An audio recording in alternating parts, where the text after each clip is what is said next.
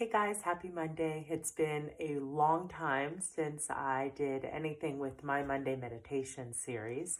And as a lot of you who know, my close friends, and those of you who have been following along on our path since we were in Florida, and it seems like a lifetime ago. But anyway, um, we are finally settling in New Mexico. We've been here just about 4 months now, and we've accomplished so much. And I personally have done so much healing, and I had kind of taken a break, a little self-care break, because I had a lot of stuff come up with all the change.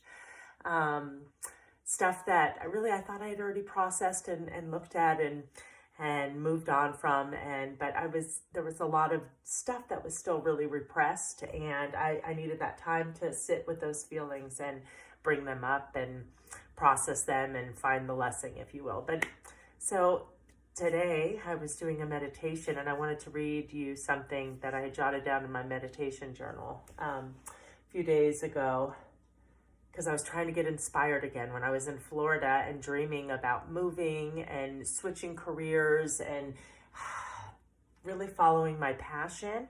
During, that time, I was really inspired and was jumping on here all the time and doing readings for everybody.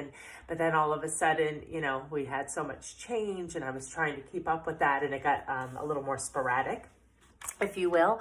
And I'm going to adjust this just a little bit.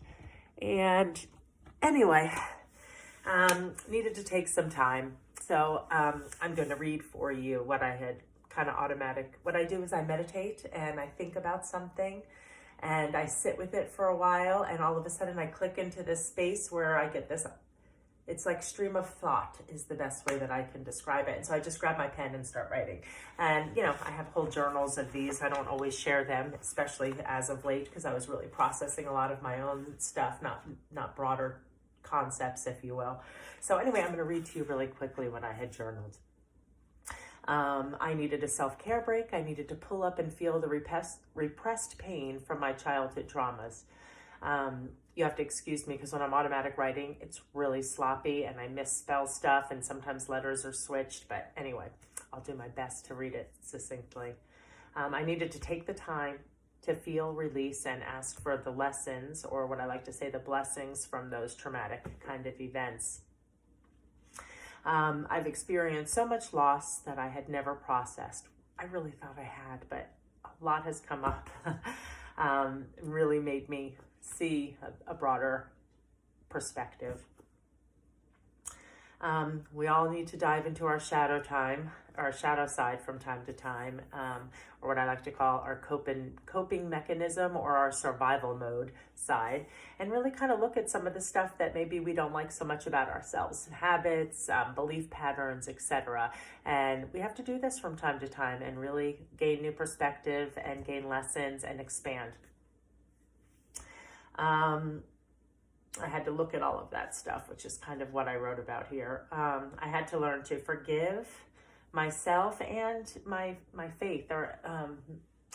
It's just so hard for me. I have such a strong connection with what I like to call the universe or source or God, but it gets convoluted with the dogma from some of my religious teachings as a child. And so I'm always trying to kind of balance those two, because I know that, everybody comes to that source of energy that I just like to connect with is love, healing, oneness. We all come to that source or that God or that energy in our own ways, and I respect everybody's ways of getting there. We are all works in progress. In today's meditation, I focused on forgiveness of self and releasing untruths that we tell ourselves.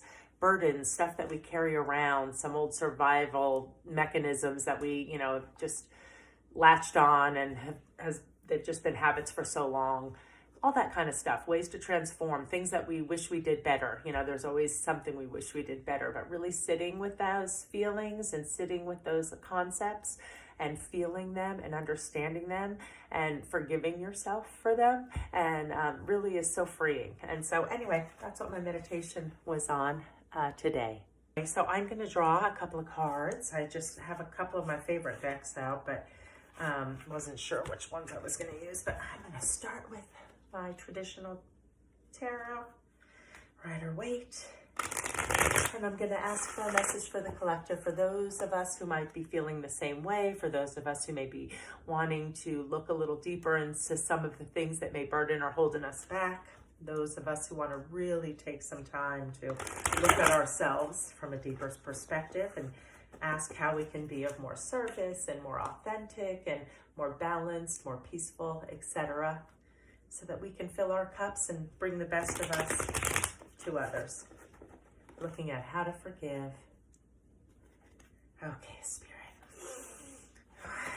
What message do we have for the collective today in regards to those topics? Thank you, thank you, thank you.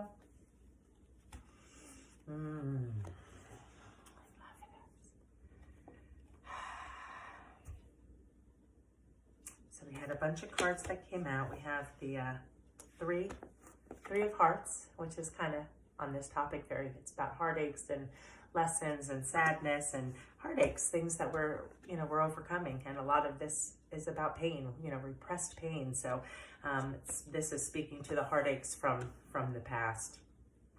And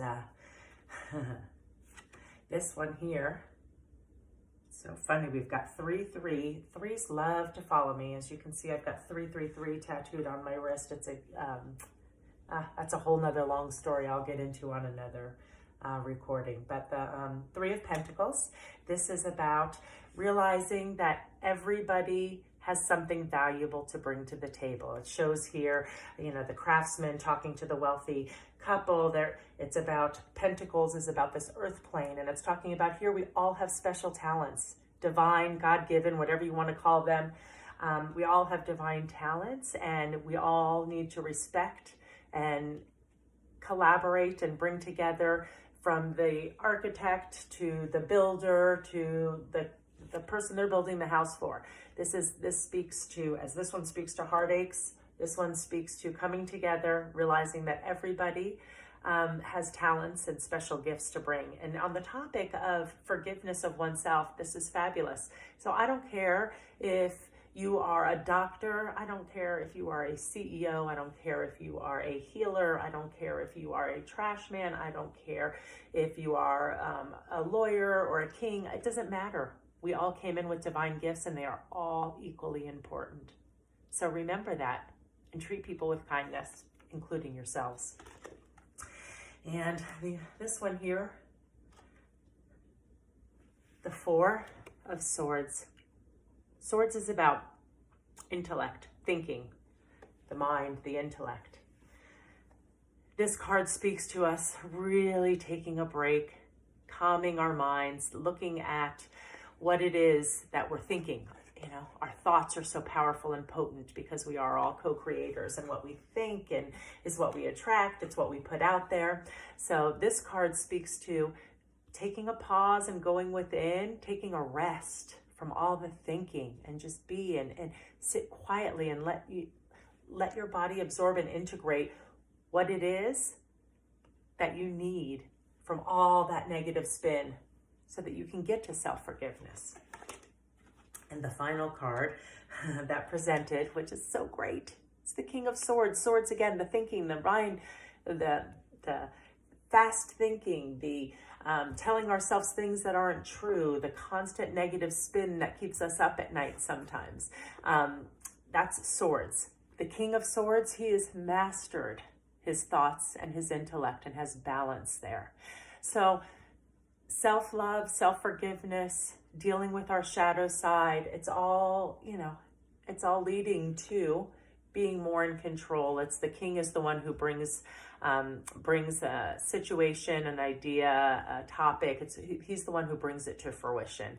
We have, so this is somebody who's balanced and aligned. So I thought that was a great cards to pop up for us in regards to my meditation topic today. Wishing you all lots of love.